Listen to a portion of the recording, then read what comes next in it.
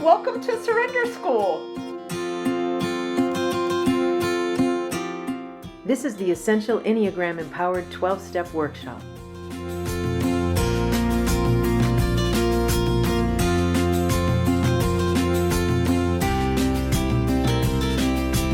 All right, so this is step 2. And step 2 is came to believe that a power greater than ourselves could restore us to sanity. So we are in session 2, chapter 2, and step 2. So step 2 is came to believe that a power greater than ourselves could restore us to sanity. So I want to talk real quick about the recovery process. Recovery takes time and work. It takes both. So the came to believe tells us that this is going to take some time. It isn't like there we are. There are people that come into program AA, they're sober from their first meeting. In OA, they're abstinent from their first meeting. That is not my story. For me, recovery took time. I've been in program 20 years, and every year it gets a little bit stronger. My beliefs get a little bit stronger. Things get a little bit clearer. When I introduced the Enneagram, right, once again, things became clearer for me, and they became more, because I could envision what my life would be like if I lived as my true self instead of that ego wall being there and me imitating that all the time. Okay. What I want to talk about right now is basically the idea, and what I've said that I'll do is for each of the steps, what might be difficult for that type for that step. Okay, so on this particular one, step 2, and I won't spend a lot of time here, but I am going to cover each of these. Okay, so for type 2, came to believe a power greater than ourselves could restore us to sanity. The type 1, they will often, and this comes up often for them, they have a rigid search for the right way. They want to find the right way to do it, and sometimes that stalls them out. Or they want to find the exact perfect higher power, or they want to have a very, very specific explanation of what is sanity, right? They look for the right way all the time. So if you are a 1, that might be part of your problem with this step. For the 2, they are resistant to the idea that there's any insanity at all, that they're not insane. Their actions are not the problem, right? So from like Nan, what you said, right? You are recognizing that impulse that you have to please other people, and you're taking care of yourself and saying, no, I'm going to take my walk. I'm going to, right? Okay. So here's what happens very often with the 2s, right? They say, my actions aren't the problem. It's all these other people that are the problem. And then on the opposite side of that, they sometimes will make a person their higher power. People let people down. All people let people down. So it's dangerous to make a person your higher power, your sponsor or anyone else, because people let people down. They just do. And that kind of can potentially stall things out. Okay, for the 3, they are very resistant to the idea that there is something greater than themselves. They're usually very independent. They're usually very strong-willed. They're usually working toward being seeming like the best person that they can possibly be. So that's a tough one. For the 4, they are afraid that if they trust a higher power, that they will fall into a pit of despair. It's really interesting because they will stay safe and sad and comfortable in their safe and sad world, because they're afraid that if they step outside of that they will fall into a pit of despair that they'll never get out of. So that's an interesting reason to stay, to basically not trust a higher power, I think.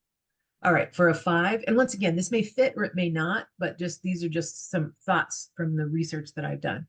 For the 5, they are impatient to know it now. This whole idea of came to believe, this process that's slow and takes time, I don't like. They also are, they're often the people that do memorization. They'll memorize the promises, they'll memorize these different things. They like to memorize things. So sometimes in a meeting, you will hear people who have memorized different parts of the big book or whatever. It's not always 5s, but 5s tend to want to go that direction because knowledge is a good thing for them. For the 6, they are suspicious of authority. They often are the people that have the biggest issue with the God word. If in a meeting people are talking about God, 6s sometimes have problems with that. For the 7, They pretty much are like, hey, I like my brand of insanity. Why would I change? that's stalls things too. Okay. For the 8, this is a personal thing. I always believed that God could restore me. A higher power could restore me, but why would he? I don't understand why he would. Right. So the could and would thing, and when I say this myself, when I'm saying my steps, I will say, came to believe that a power greater than myself could and would restore me to sanity. So I need to have the would in there in order to grow in the direction that I've grown. And then for the 9, they basically delay the work in hopes that came to believe will happen whether they work or not.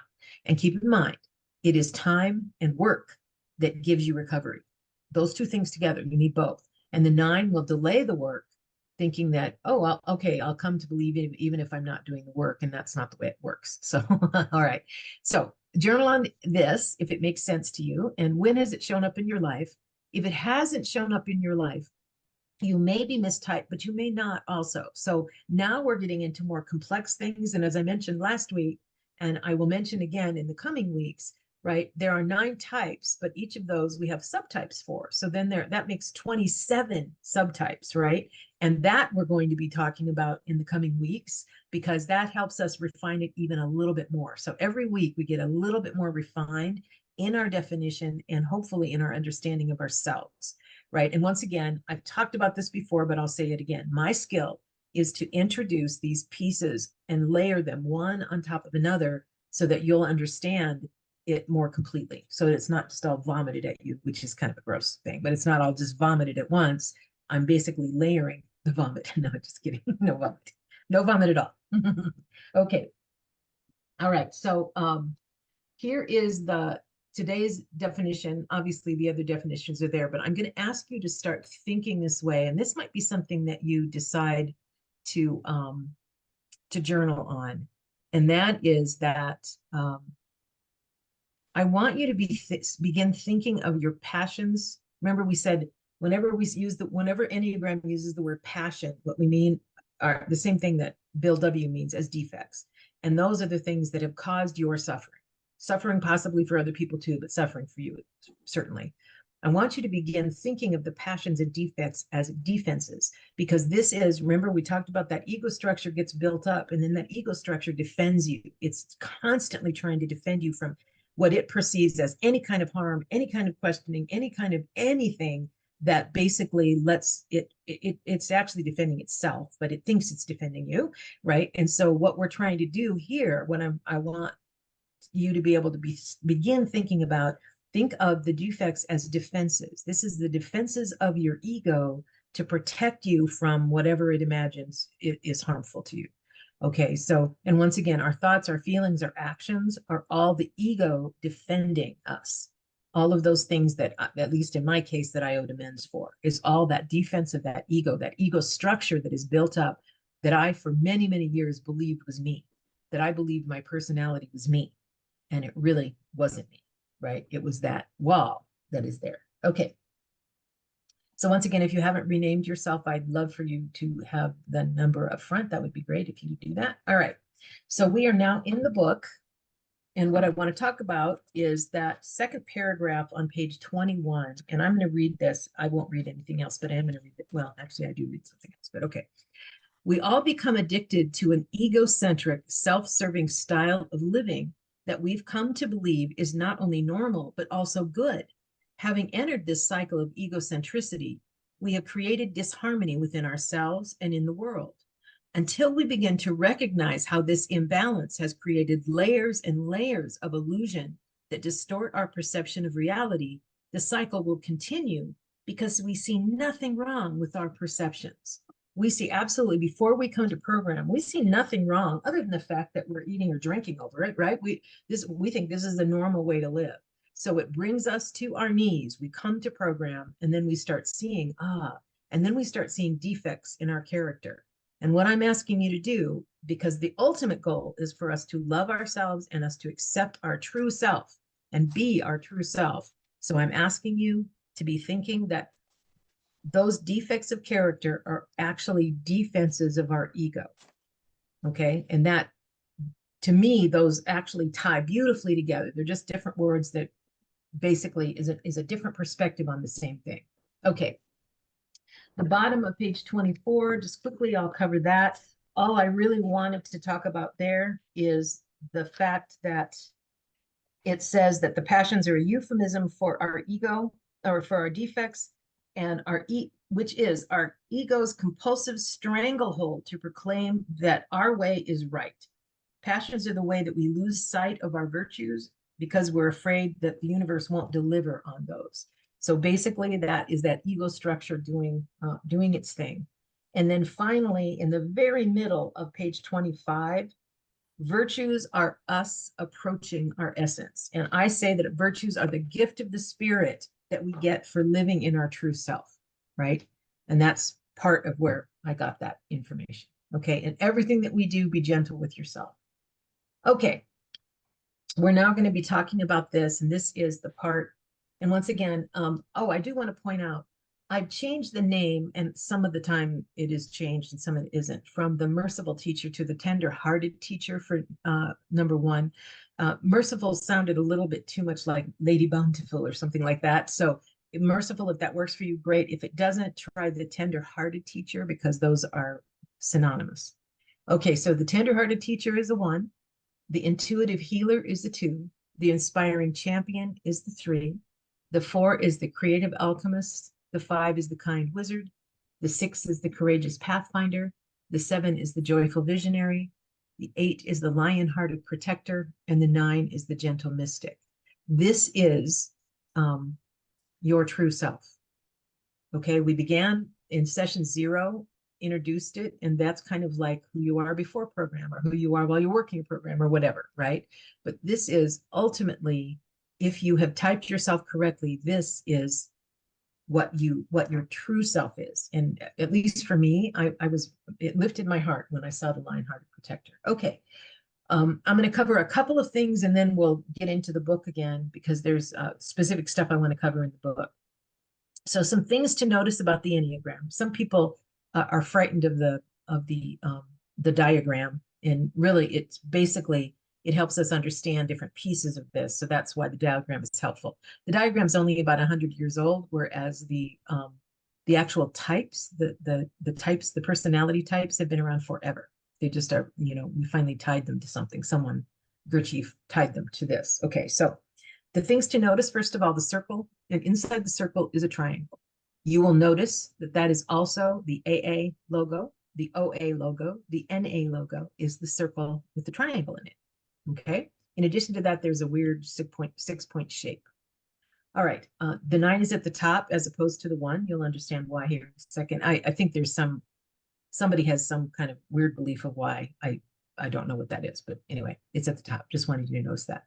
Okay. She talks in the book about back arrow and forward arrow. One of the things that's happening recently is they're basically saying very frankly now that neither is like good or bad. Just like there's no type that is good or bad. They're all what they are, right? They're who we are. And we're wired the way that we're wired. And there's not one that's better than another or anything else. And the back arrow and forward arrow, basically, we'll talk about next week, are just paths for you to grow. That's really what they are. So I sometimes will talk about back arrow, forward arrow, but mostly I'm just going to be talking about arrows, because these are the assets of those types. And earlier, I think it was Carrie that talked about that. It wasn't Carrie. Anyway, talked about can I use the different things? And the answer to that is yeah. So not only wings, but also arrows. So anyway, that won't make a lot of sense if you don't know anything about the Enneagram, but it will in a couple of weeks, I promise. Okay. The other thing I want to talk about is at the top of the diagram, 8, 9, and 1 is called the body triad. So there are 3 triads, and the body triad is 8, 9, and 1. Okay. And they are instinctual. And this will make more sense as we go on. But just when you hear people talk about the body triad, that's what they're talking about, is 8, 9, and 1. All right. The heart or feeling triad is 2, 3, and 4. These are the people that feel very strongly or avoid it. That's entirely possible too. That's what the 3 does. And then the head or thinking triad is 5, 6, and 7. Okay. All right. And I want to talk about the triads view of the world, if you will. Okay. For the head types or that thinking types, which are 5, 6, and 7, the future is very real to them. All right. So if you are a 5, 6, or 7, for a 5, they arm themselves with knowledge to deal with the future. That's what they believe they're doing. The 6 is very afraid of the future. So they'll make lists of all the most horrible things that could possibly happen so that they're prepared for the future. And the 7 is always thrusting themselves into the future. What's next? What's next? What's next? So they're very, very future oriented. The body types live in the present. And it doesn't mean like, when you like they talk about, being present in your life and that kind of stuff. That's not quite what it means, although it'd be great if, if I could do that all the time. But anyway, that so for 8, 9, and 1, they live in the present and don't quite understand people who don't live, who are look so afraid of the future or pitching themselves into the future, or like the heart types look at the past. So the past is very alive to them. So for the 2s, right, 2s will remember everything that has happened to them. Not that everybody remembers all of it, but it's not alive. So, and once again, this is from an 8's perspective. I can just remember hearing my siblings, because I have a 3 and a 4, my sister and my brother, and they'll talk about the past as if it happened yesterday, and it was like 50 years ago. Right? And I'm like Cher from Moonstruck, right? I want to smack them and say, get over it, right? Anyway, but the idea here is the people that are the heart types, the past is very, very alive to them. So I will tell you, if you are sponsoring somebody who is a 2, 3, or 4, right? Think of, right? One of the goals is to get everybody to move from columns 1 and 2 in step 4, get out of that story, and let's live in the present. And those are the types that are really hard to basically get out of living in columns 1 and 2 in the step 4. Okay, so hopefully that clarifies a little bit, and it might just open your head a little bit to the kind of stuff we're talking about. Okay. I'm going to read the promises. We're coming upon the section where I have reader volunteers. So I'm going to grab my book here for that. All right. These are the step 9 promises from the big book. And the way that I look at this is what sanity looks like, right? Came to believe a power greater than ourselves could restore us to sanity. What does sanity look like? That's where I think the promises, and also the promises from step 10, we've ceased fighting anything. We don't fight anything anymore, right? We live our lives. Okay, so I'm going to read the promises. If we are painstaking about this phase of our development, we will be amazed before we are halfway through. We're going to know a new freedom and a new happiness. We will not regret the past nor wish to shut the door on it. We will comprehend the word serenity and we will know peace. No matter how far down the scale we have gone, we will see how our experience can benefit others. That feeling of uselessness and self-pity will disappear. We will lose interest in selfish things and gain interest in our fellows. Self-seeking will slip away. Our whole attitude and outlook upon life will change. Fear of people and of economic insecurity will leave us. We will intuitively know how to handle situations which used to baffle us. We will suddenly realize that God is doing for us what we could not do for ourselves. Are these extravagant promises? We think not. They are being fulfilled among us, sometimes quickly, sometimes slowly. They will always materialize if we work for them. Those are the promises that we get. And in addition to that, there are some other promises by type that you will also get, because that's what sanity looks like. So I'm going to do, I think it worked out really well, because I want to show you the way that I want to do this, and I'll do this with 1. And I didn't get a volunteer for 1, so I figured that that's meant to be. Okay, so here is I will have one of these for each of the types. And what I want to talk about is from the book, right, in the book, because there was a lot there. I'm going to talk about basically what is the passion or anger, that defense that we have. What does that look like? And then what does sanity look like? It's all those promises plus this. So in the book, it starts on page 27, if you want to turn there. So this is the way I'm going to do it. And each of the readers are going to read the virtue for their type when I call on them, and I have their name right here. All right. So, for the type 1, their passion looks like this. It's judgmentalism, it's moral superiority, it's rigid plans. And what does sanity look like? Here it is. Keeping your moral compass, but with compassion for yourself and others. Openness, welcoming new ways of doing things. No need to keep score, playfulness. That is what sanity looks like for the type 1. If you are a type 1, juxtapose those, judgmentalism, moral superiority, rigid plans against this. So the promises and this is what you get when you live in your true self and you are sane. And what that basically came to believe that a power greater than ourselves could basically give you that life. That's what we're talking about. It should jazz you. Okay. Let's do the 2. And Nan, you are my reader for the 2. Okay, so the pride, the passion is pride. And what that looks like is you, and not you personally, but it's written in the second person. So you give with the hope that others will see what you need without you having to ask for what you need. So what does sanity look like? So Nan, go ahead. Passion, pride. If you don't do the job, it won't get done. Needing others to rely on and appreciate you, giving the hope that others will see what you need without asking. Okay, so what I'm going to ask you to do is just read the virtue, not the whole thing, sorry. just the virtue. No problem. That's fine. Thank you. Go ahead. Virtue, humility. Your higher power has the plan. It's taking responsibility for your own needs, asking for help, and giving without strings out of pure joy. Okay, and doesn't that feel like sanity? Doesn't that feel like sanity? That's awesome, right? Has a plan, take responsibility for your own needs, asking for help. And I think, Melanie, I think you talked about how hard it is to ask for help earlier. Okay, that is what sanity looks like for the 2. All right, so now we are on type 3. And type 3, Pam, you're going to read type 3 for us.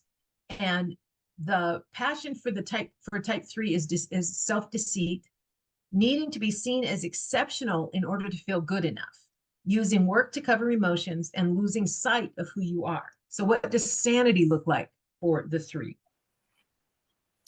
Veracity. It's developing an unshakable foundation for life with self-integrity, opening up to the power of feelings, doing without needing recognition, being more patient with less to prove. With less to prove. Okay. All right. So let's go to, thank you very much. Let's go to 4. And 4 is Mary. Mary, you're the volunteer for this one. So let me read. Okay. So the passion for the 4 is envy, and it's nostalgia for the past, needing to be unique in order to feel valued, and comparing your insides to others' outsides. What does sanity look like for the 4? Equanimity.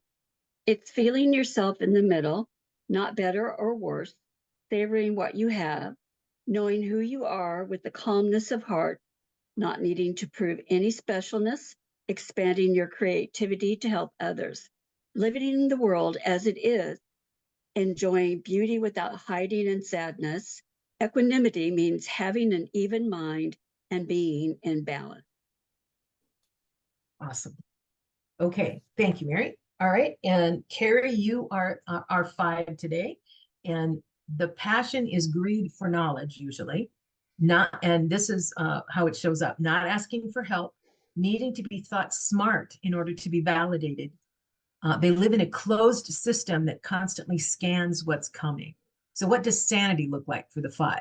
Carrie? Non-attachment. It's letting things come and letting them go, trusting that your needs are important and will be met, not withdrawing into your mind, less control and more spontaneity.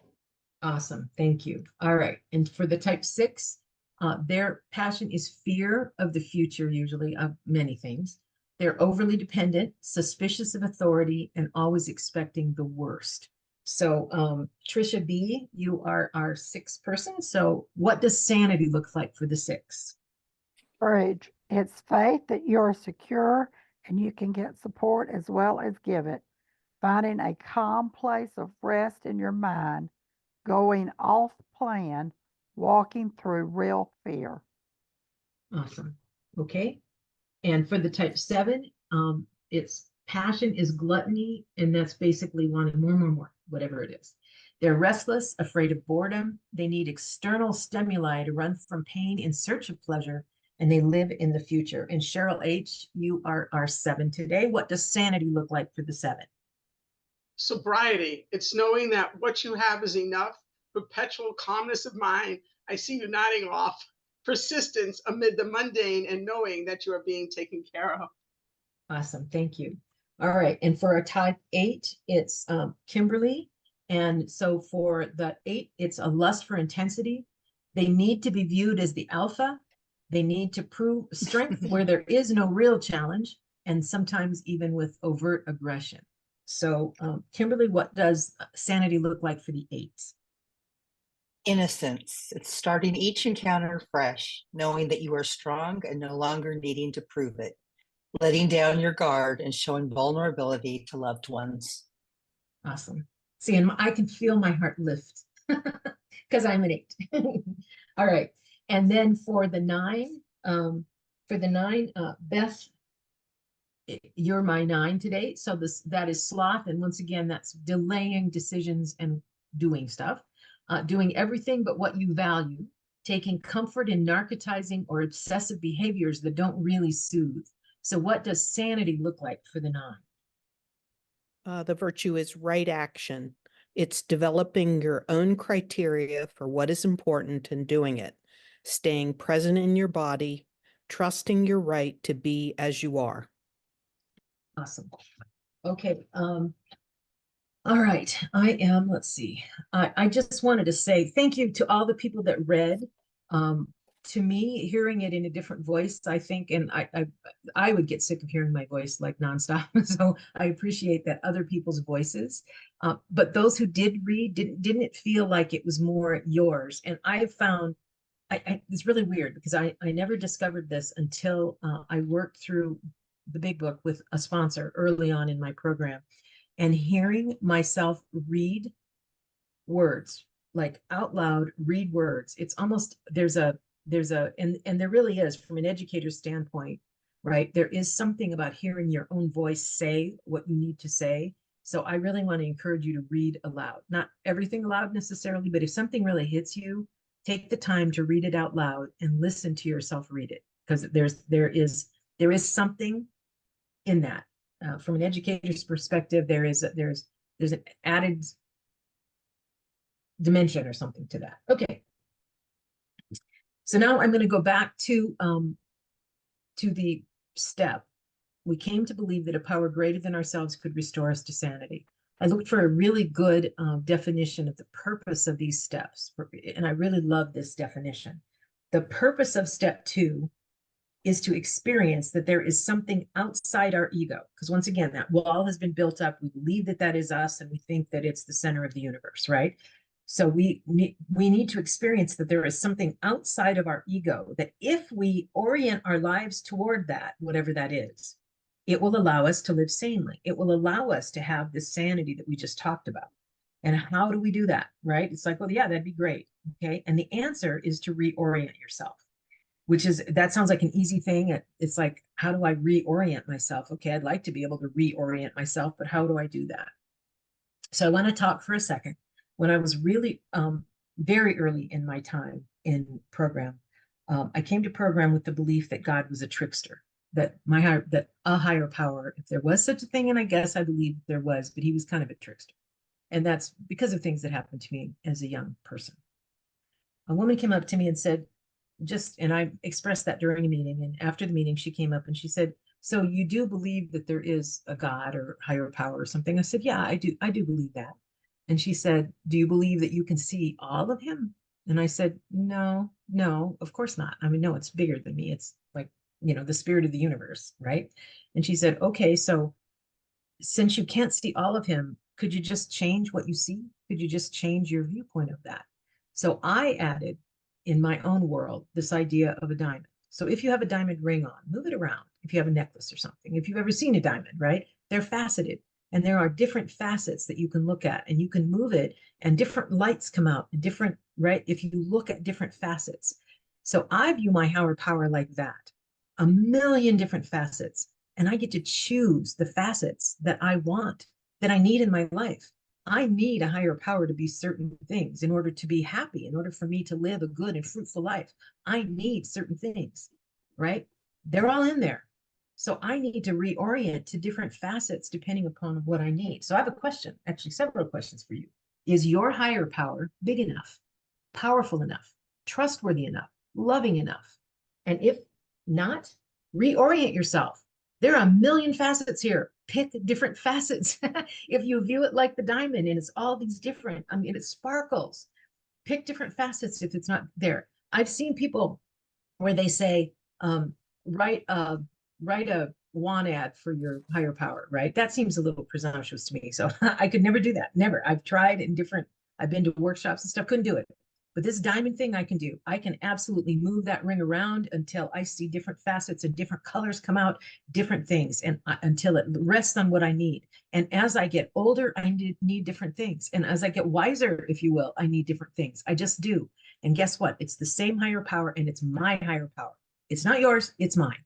Right? Is it the same one? I don't know. I don't even give a shit. I don't care. It's mine, and I'm happy with it. And it makes me productive and worthy and happy and good and of service and all the things that I want to be.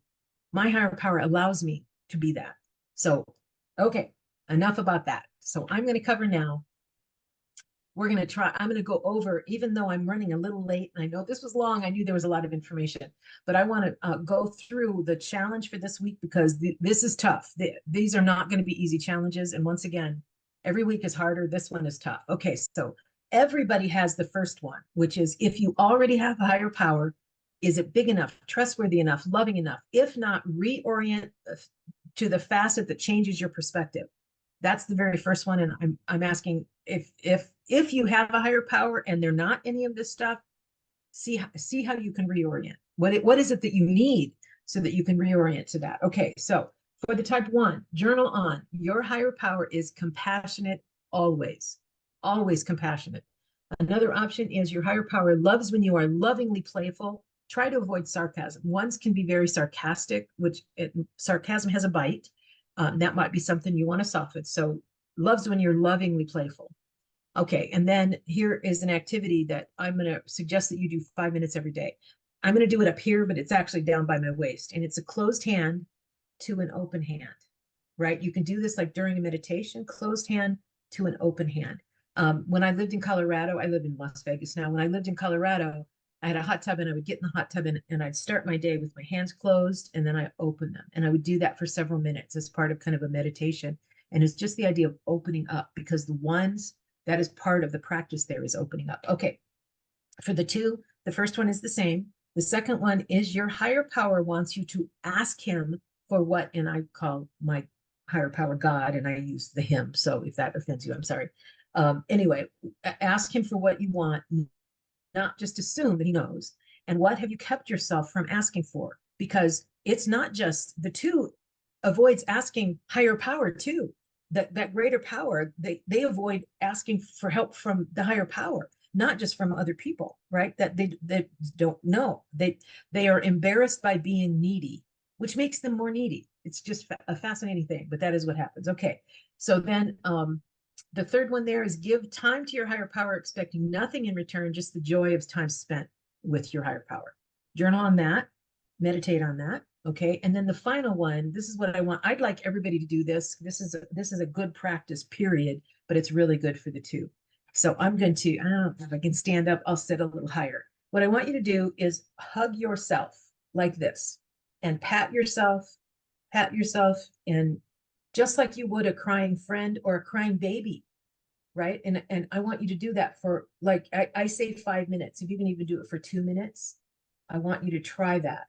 Close your eyes and just hug yourself, pat yourself. This is it should be very, very soothing. It should be soothing. Okay. How many of you swayed while you were doing that? Almost everyone sways. Almost everyone sways.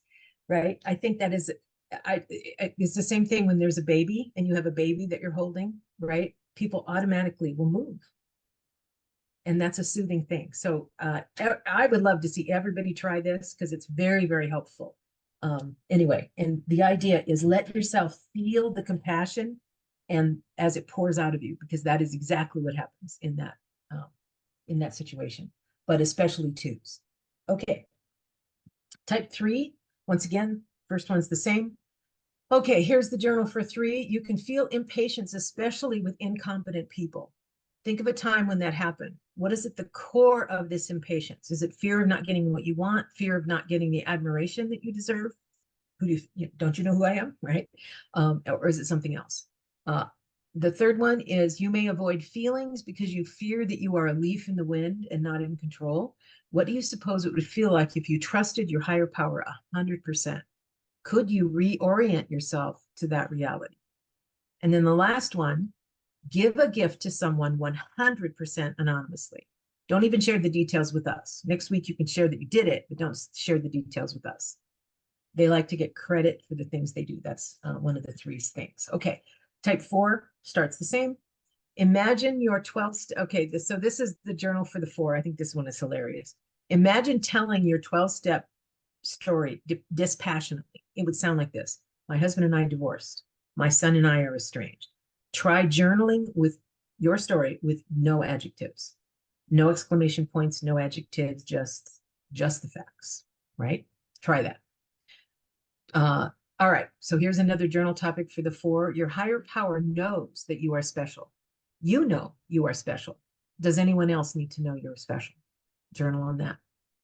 All right, for the 4, find a beautiful item or experience, and when it touches your heart and makes you feel sad, see if you can stay with it and reorient it to something like joy. To someone who's not a 4, this probably sounds what? Like that, but to a 4, it should resonate. Okay, to a 5, once again, starts the same. Your higher power knows your needs are important and will answer you always. Sometimes the answer is no, but always answers. Okay, journal on this. Journal about a past event that may have bothered you at the time. Then go back to the journal and add all kinds of stupid, silly, repulsive, amazing adjectives and exclamation points. My husband's I asked him to do this and he just looked at me like, what? No. So Carrie, I'm really interested to see you do this one. I think 5s are great. Okay. All right. And then the final one is invite someone to do something completely spontaneous with you and then go do it. For the 6, if you already have, we already know that one. Okay. For the 6, fear is an automatic physical response to something that's happening right now. Anxiety is something that may happen in the future to which you have a physical fear response. Those are separate, fear and anxiety. We'll talk about that later on too. But fear, right? So ask yourself, am I in danger right now? Obviously, if you're in danger right now, get out of danger, go someplace safe. If no, take 10 deep breaths to take your body to calm. 10 deep breaths to take your body to calm. Because your body is reacting as if it's fear right in front of you. You have that fear response. That's the reason, or one of the things that keeps 6s in fear. Okay, and then your higher power loves when you're spontaneous. Practice the power pose whenever you go inside your head, and that's the chest out, chin up, hands on hips, right? Like a superhero. Do that. Okay. 7, catch yourself ready to jump and then ask, am I running toward pleasure or running from pain? Both, and why? And then journal on this. Imagine that you're stuck in an elevator, no phone, no book, nothing to distract you. They know you're there, so you're going to get out soon. To pass the time, begin singing loud or soft the greatest hits of your favorite band. Stay with it, sing all the songs, and then journal your feelings. And then practice stay, and stay is like you do with the dog, right? Except it's like waist high. Whenever you find yourself, you can just quietly just do stay, because it just like a dog does, we do that too. It's like that keeps you stay. So practice that just a little bit.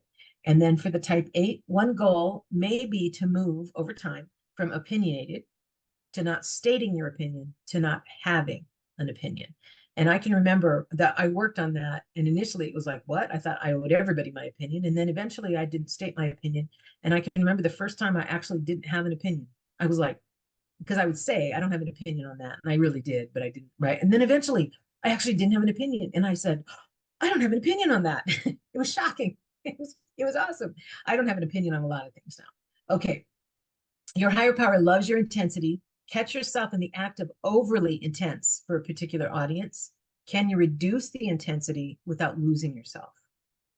Can you reduce that intensity without losing yourself? Do not lose yourself. Can you do that? And then finally, open and hold the door for other people all week. For the 9, imagine you're stuck in an elevator. It's the same thing. Sing all the songs, loud or soft, of your favorite band. Stay with it, and then journal your feelings. And by the way, what'll happen is the 7 will find something to, and maybe they'll sing all the songs. The 9 will fall asleep. The 9 would sleep. Right? Okay. All right. So journal the 9. What do you value? Make a list of everything you value. And when did you last do something from that list? This is just information, so no beating yourself up. And then practice strength exercises. It would be like while you're sitting there, you can do exercises with the pen like that. You could do like calf raises while you watch an episode of Friends or something like that. But do something while you're watching TV or whatever it is that you do to narcotize. All right. Don't forget office hours with me. And up till now, it's been kind of what is my, let's figure out my type, which is fine if you want to do that. But I would also love to have additional shares on the challenges, because I can't wait to hear how that happened. All right. Before session 3, once again, memorize your mantra, complete the step 2 wrap-up challenge, which I just went over with you, and read chapter 3 this way. Pages 31 to 34, and just the info on your own type. This is when it starts getting really complex and a lot going on. So read the information on your own type. Thank you for recovering with Surrender School.